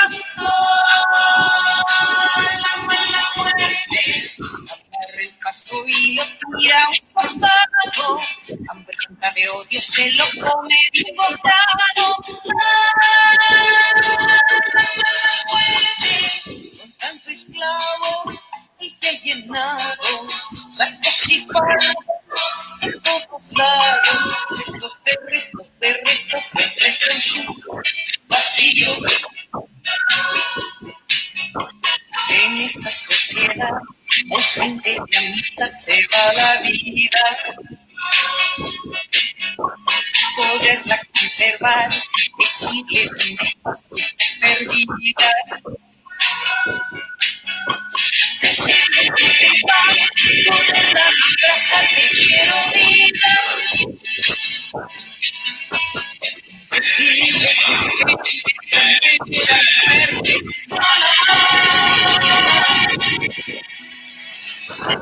La desató las manos con cariño, le dio el talón con una lágrima de niño. La mala muerte. Bueno, esta es una participación, por ejemplo, de Hernán Lanzara, y trabajando con una canción de Norma Lucil, que interpreta y produce Cristo Nuevo en este caso. La canción es del año 88. En el año 87 había creado este personaje de la muerte y lo he traído nuevamente en este periodo de pandemia. Y estamos viendo en este caso un producto que al 20 entran muchos jóvenes y gente de mi generación, desde luego, de todas las generaciones. Yo he tenido encuentros con niños que me han asombrado, porque a veces para productos que yo no quiero para ellos, soy un detenido. Los niños nació para mí, pero los niños le damos álbumes al periódico, en casa, para que yo los fotografiara, les diera los dibujos que ellos habían hecho a partir de estas vidas. Entonces, yo creo que hablando también de esta demanda, de esta entrega, de como hablaba Irina, ¿no? Esto requiere que los autores nos entreguen, ¿no?, a través de los medios a la gente. Y esto supone pasión de nuestra parte, ¿no? Esto es muy pagado, esto es gratis. Pero la pandemia creo que ha hecho que mucha gente se lance con una nueva revista virtual, se lance pues con charlas, con libros, con iniciativas diversas en el campo político, económico, social, y desde luego en el cultural. En la pandemia, en este encierro, nos hemos podido vincular gracias a los medios virtuales y han nacido así muchas iniciativas, y estas son las oportunidades que nos dan también estos tiempos de limitación. Gracias, Juancito. Bueno, ahora sí vamos a leer algunas de las muchas preguntas que nos han enviado. Va a ser un poco difícil, por lo menos voy a seleccionar una para cada uno. La primera, Irina, es para ti y dice, ¿cómo reconocer la verdadera literatura? Pues por la profundidad. El tema puede ser cualquiera, porque la literatura hay que ver qué se narra y fundamentalmente cómo se narra, ¿no? Esos dos planos. Por ejemplo, me gustaría compartir, ya que estamos hablando de libro álbum,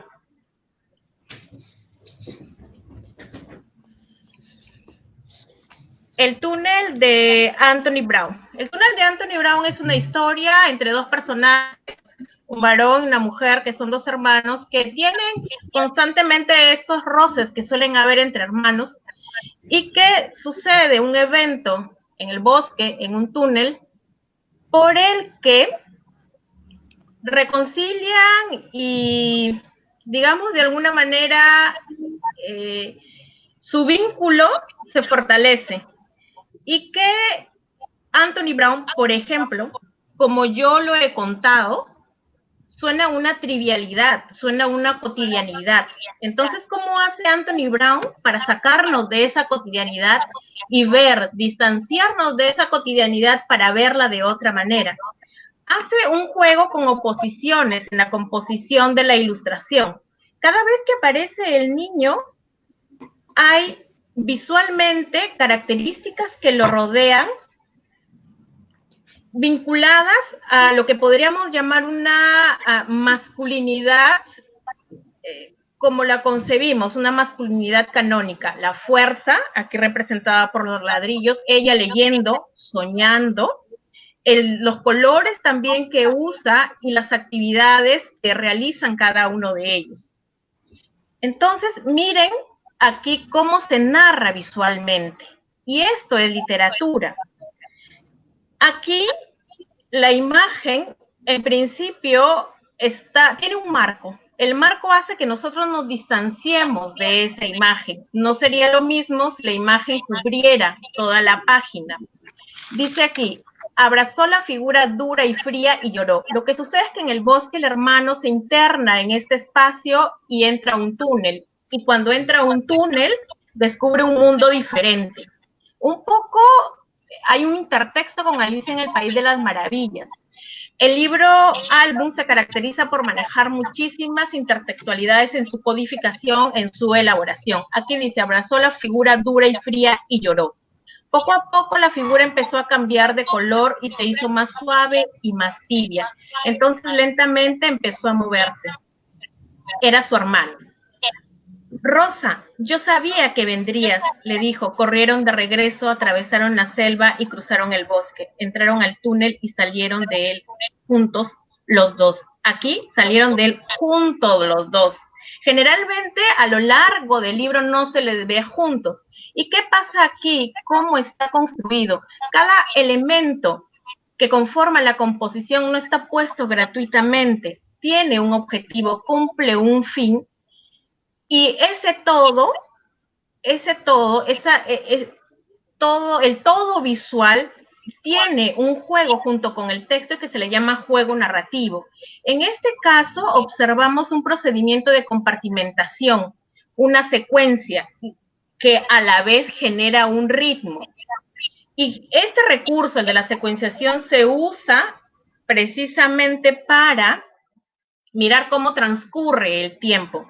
El uso de los colores. Mientras él está convertido en piedra, observamos una paleta de colores marrones que tienen que ver con la naturaleza, pero con la oscuridad.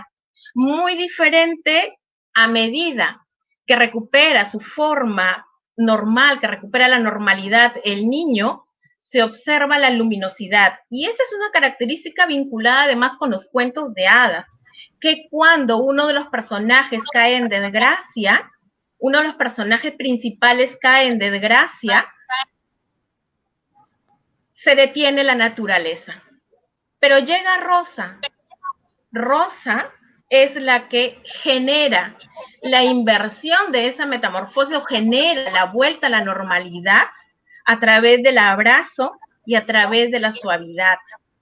Y esto me hace pensar también en el fondo blanco. Los fondos blancos en los elementos de la comunicación visual están relacionados con el hecho de resaltar los elementos que componen una imagen. Aquí también podríamos quizá hacer un intertexto con Caperucita Roja por el traje que ella lleva. Y que aquí hay una inversión, mientras todo el tiempo el narrador me ha dicho que Rosa es suave, que Rosa es frágil, que Rosa es soñadora y que su hermano es fuerte, que juega al fútbol, que habla en voz alta. Todo ello se invierte porque aquí quien es la heroína es Rosa, que es quien salva y rescata a su hermano. Lo que implica que hay una subversión en la concepción de los personajes, pero que nos dice a la vez que estas características canonizadas de la feminidad, como la dulzura, la suavidad, no están reñidas con la fortaleza. Yendo más allá, incluso me lleva a la literatura grecolatina cuando hablamos de las metamorfosis de Ovidio, por ejemplo. Podríamos remitirnos a Medusa, que convertía en piedra aquello que miraba.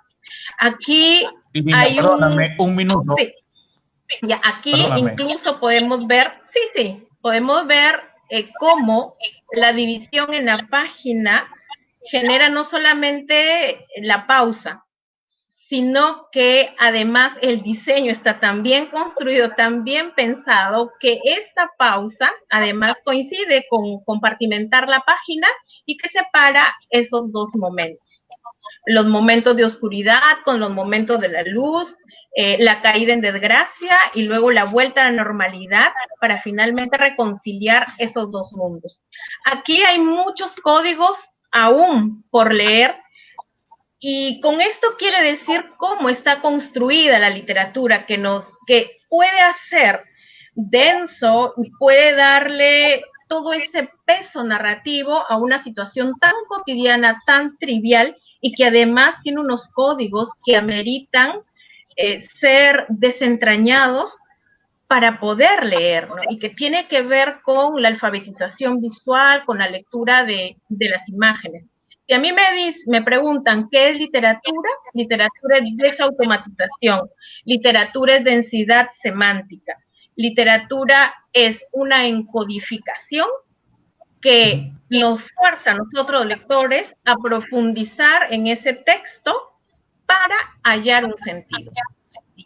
Gracias, Irina. Juan, pregunta para ti. En relación con el manga, ¿no? ¿Cómo lo ves tú? Es decir, por ejemplo, ¿qué diferencias hay con lo que tú haces? Más allá, claro, del origen, ¿no es cierto? El manga es asiático. En términos, por ejemplo, del modo de crearse, ¿no? ¿Cómo creas tú? ¿Cómo crea alguien manga? Los modos de leerse también, ¿no? De hecho, hay una lectura, yo he leído al Cuy y justo te iba a comentar que nunca me voy a olvidar la onomatopeya del pompuñic, ¿no? Que eso se me quedó grabado desde que lo leí cuando estaba en la universidad, iniciando la universidad, ¿no? No, por ejemplo, los modos de leerse, ¿no? El modo de leer es lo nuestro, la tradición nuestra, que tú la rescatas con el Cuy, y los modos de leerse del manga, ¿no? Y alguna otra especificidad que tú quieras mencionar, ¿no? Y tocamos lo del manga porque el manga es un género muy aceptado entre los jóvenes, ¿no? Sí, bueno, muchas gracias. Mira, desde los años 60 se dieron un conjunto de nuevas manifestaciones de historieta que rompieron con la tradición estandarizada, ¿no? La historieta norteamericana se había convertido en una historieta estándar, llena de clichés. No toda, siempre hay obras buenas que podemos encontrar en todas las tradiciones, pero un grueso, ¿no?, de la historieta norteamericana respondía a criterios comerciales simplemente. Y en los años 60 se da en Norteamérica misma el fenómeno del movimiento underground, que rompe esa tradición, ¿no? La historieta alternativa luego.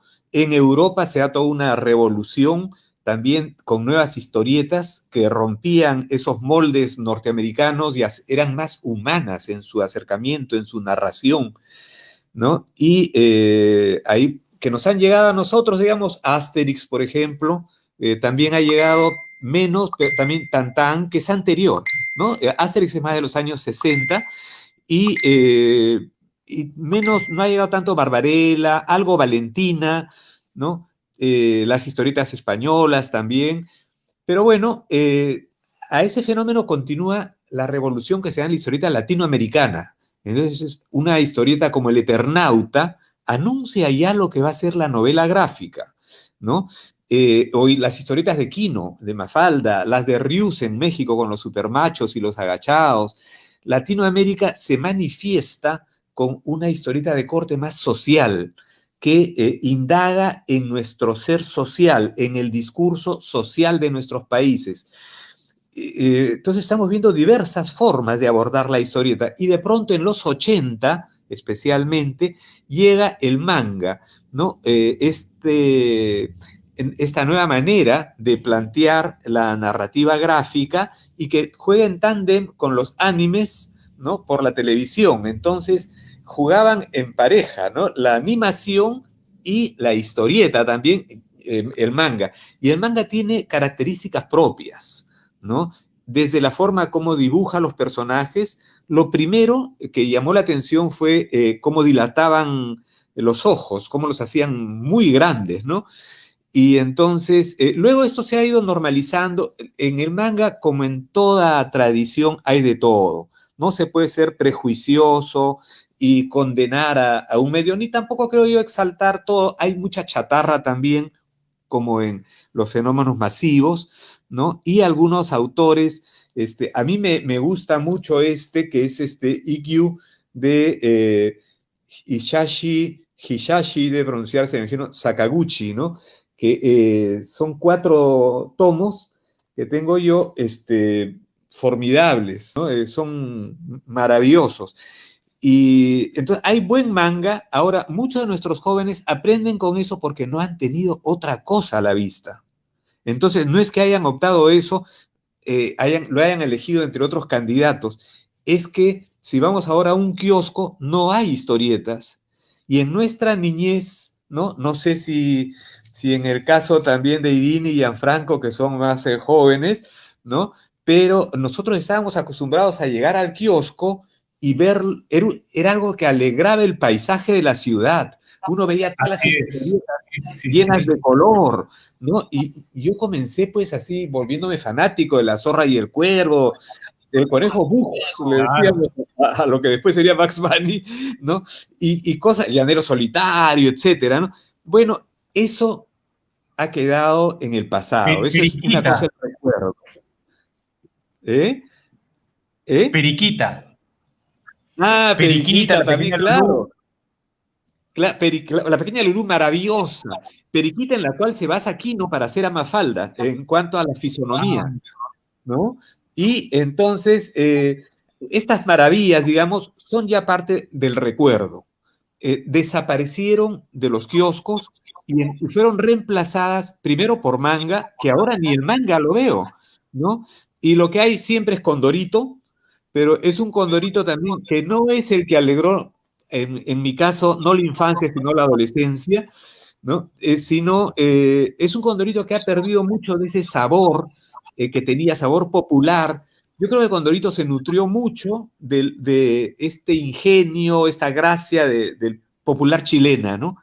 Y que Condorito se vendió pues a un syndicate norteamericano, a varios, y claro, se ha estandarizado también, le han quitado, como si a un ceviche le quitaran el limón, pues entonces, ya no es lo mismo, ¿no?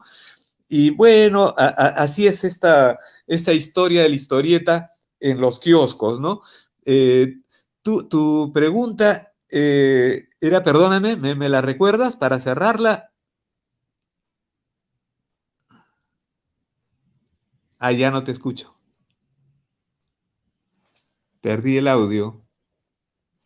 Perdí el audio. Yo no escucho. Está fatal esto. Yo no escucho. Yo sí te escucho, Juan. Ahora sí, ahora sí. Ah, ya, pero ahora casi lo escucho a Alberto. Ahora sí. Ya, no, yo te decía que es un poco, por ejemplo, las diferencias que hay entre el manga y lo que tú haces al margen del origen, sino, por ejemplo, en las formas de leerse, en las formas de construirse, ¿no? El manga ha de construir distinto a cómo construyes. Sí, de acuerdo. Ah, ahora sí te perdí el audio otra vez. Bueno, mira, atiendo a lo que he llegado a escucharte. ¿Sí? Ya, entonces mira, son formas distintas de construcción. El manga, por ejemplo, una de sus características, al menos del manga chatarra, ¿no? General, es que dilata mucho algunas secuencias. Entonces un personaje está cayendo y emplean muchos encuadres, ¿no? Y pasa las páginas y sigue cayendo y no termina de caer. Entonces es algo que a mí me aburre, pero a los jóvenes no, a los jóvenes parece que le encuentran el sentido. Entonces atiendo también a eso. No sé si a todos los jóvenes, porque digo, como hay tantas ofertas, ¿no? En lo que es la narrativa visual, la narrativa gráfica, yo no me centraría ya solo en el manga, reconociendo que ha sido un fenómeno inmenso, pero me da la impresión, o puede ser también que es porque me gusta más, que la novela gráfica es el maremoto ahora. Es decir, hay mucha novela gráfica, hay interesantísima novela gráfica, y en la novela gráfica podemos encontrar cosas que no encontramos en general. En general, adelanto ese adverbio porque generalmente digo, para no masacrar al manga, en el manga hay cosas muy buenas, pero generalmente nos traen chatarra también. Un poco lo que le pasó a la historieta estandarizada norteamericana, ¿no? La novela gráfica también le irá a pasar eso. Cada cosa que tenga éxito, le ocurre eso, ¿no? Gracias, Juan. En cuanto a lo mío, perdóname, sí, yo me baso mucho en nuestra gente. Trato de escuchar a nuestra gente, de partir de ella siempre, tanto cuando hago historietas de tema histórico o literario, como también en la historieta que estoy haciendo actualmente del Cuya en la pandemia, escucho mucho a la gente y de esa manera aterrizo en nuestra realidad. Gracias, Juan. Gracias. Gianfranco, cerramos contigo. La pregunta es, tú mencionaste en algún momento, ahora que los niños pueden elegir, ¿qué tanto es realmente libre esa elección? Después de lo que hemos hablado y que expuso Irina, por ejemplo, ¿no?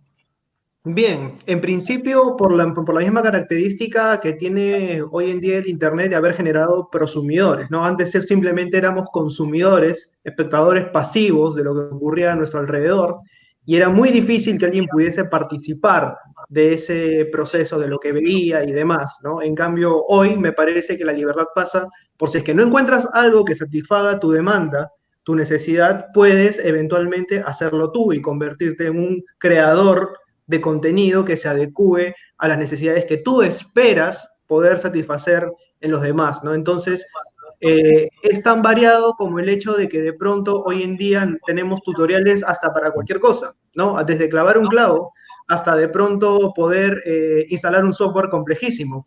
Y nosotros escogemos a nuestro mejor profesor, ¿no?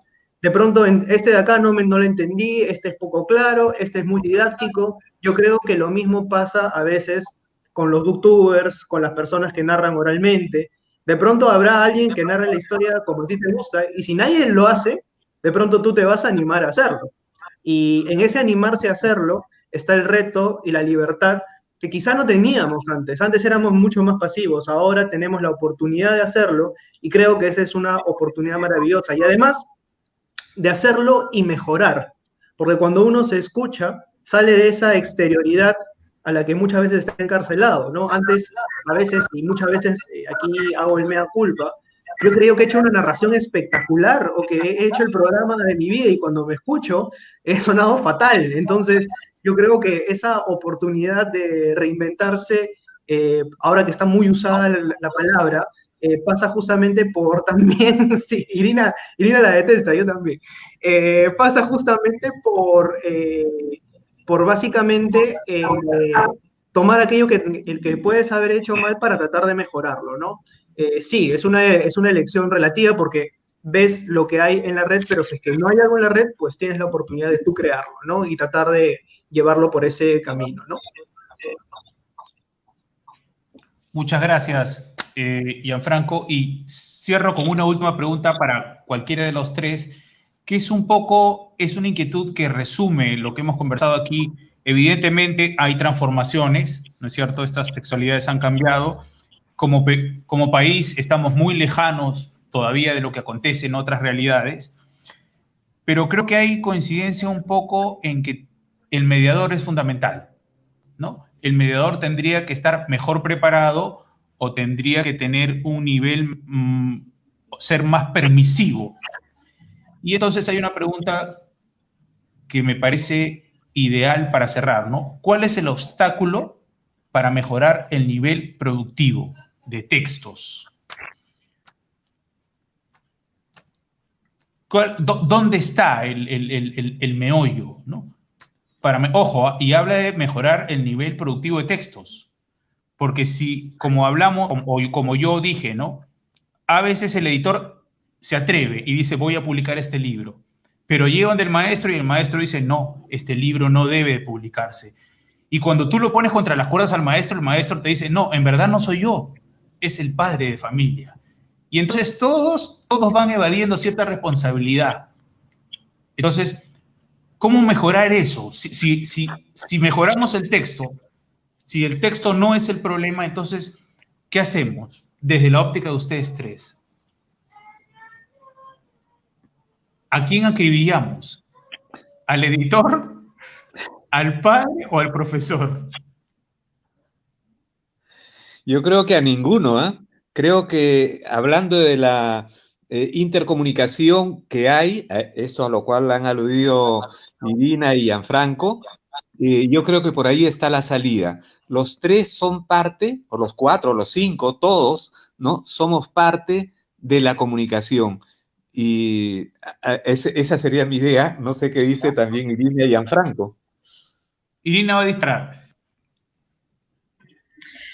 Hay una cuestión que muchas veces dejamos de lado y es el rol que cumple el Estado. Aquí tienen que haber políticas públicas de promoción de lectura y el Estado es quien tiene que formar mediadores, quien tiene que formar como mediadores a los profesores. Y porque la cuestión del plan lector es que se da una norma, pero luego no se implementa adecuadamente, luego no se sabía qué hacer exactamente en las aulas. Entonces, por un lado, estas políticas públicas que tienen que ver con más bibliotecas, porque en las bibliotecas a un niño, en la biblioteca ideal, a un niño no se le va a decir no leas esto o lee esto, porque para eso tiene a disposición los libros y la libertad de forjarse como lector, ¿no? Con una selección adecuada de libros. La formación a los docentes, la formación a los mediadores, las bibliotecas públicas y las bibliotecas escolares. Pasa por un tema de formación, que no es el único tampoco, porque también es desandar concepciones sobre qué es la infancia forjada desde fines del siglo XVIII. Entonces, yo pienso que aquí y nosotros como ciudadanos tenemos que exigir bibliotecas, tenemos que exigir libros de calidad y tenemos que exigir mediadores preparados. Yo sí, la política pública aquí tiene que entrar a tallar. O lo hacen o lo hacen. Sí.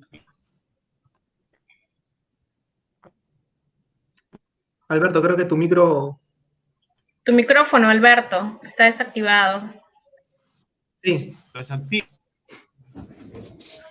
Bueno, decía que en verdad es un elemento que pocas veces se toma en cuenta, ¿no? Porque hablamos del editor, hablamos del padre de familia, hablamos del maestro, pero sí, pues el Estado tiene un rol fundamental. Tu última idea, por favor, Gianfranco, sobre el tema. Sí, yo creo que es un trabajo en conjunto, ¿no? No es que estén disociados, creo que los tres deben de trabajar de la mano y me atrevería a hacer énfasis sobre todo en lo que menciona Irina acerca de la importancia de las bibliotecas y de la importancia del incremento de la oferta de libros y de cómo se está manejando. Hay un tema, y aquí es muy puntual y es algo que es necesario, de tratar de no concebir que, a ver, el Perú es Lima y Lima es el Perú y además algunos distritos donde están focalizadas la mayor cantidad de librerías que por ahí pueden tener espacios para la lectura infantil, ¿no? Es necesario trasladar esto a un nivel mucho más amplio, tratar de descentralizar el tema del acceso a los libros y ahí es donde creo que el Estado tiene un rol preponderante e importante donde tiene que trabajar. Porque puedes tener también muy buenos mediadores de lectura, pero si estos mediadores de lectura no tienen espacios donde poder ejercer, tampoco estamos hablando de un trabajo en conjunto. Entonces yo creo que es un trabajo que va por parte de los mediadores de lectura hacia la sociedad y sobre todo hacia las entidades de gobierno que pueden propiciar estos espacios de encuentro y de desarrollo de la lectura sobre todo, ¿no? Perfecto. Muchas gracias.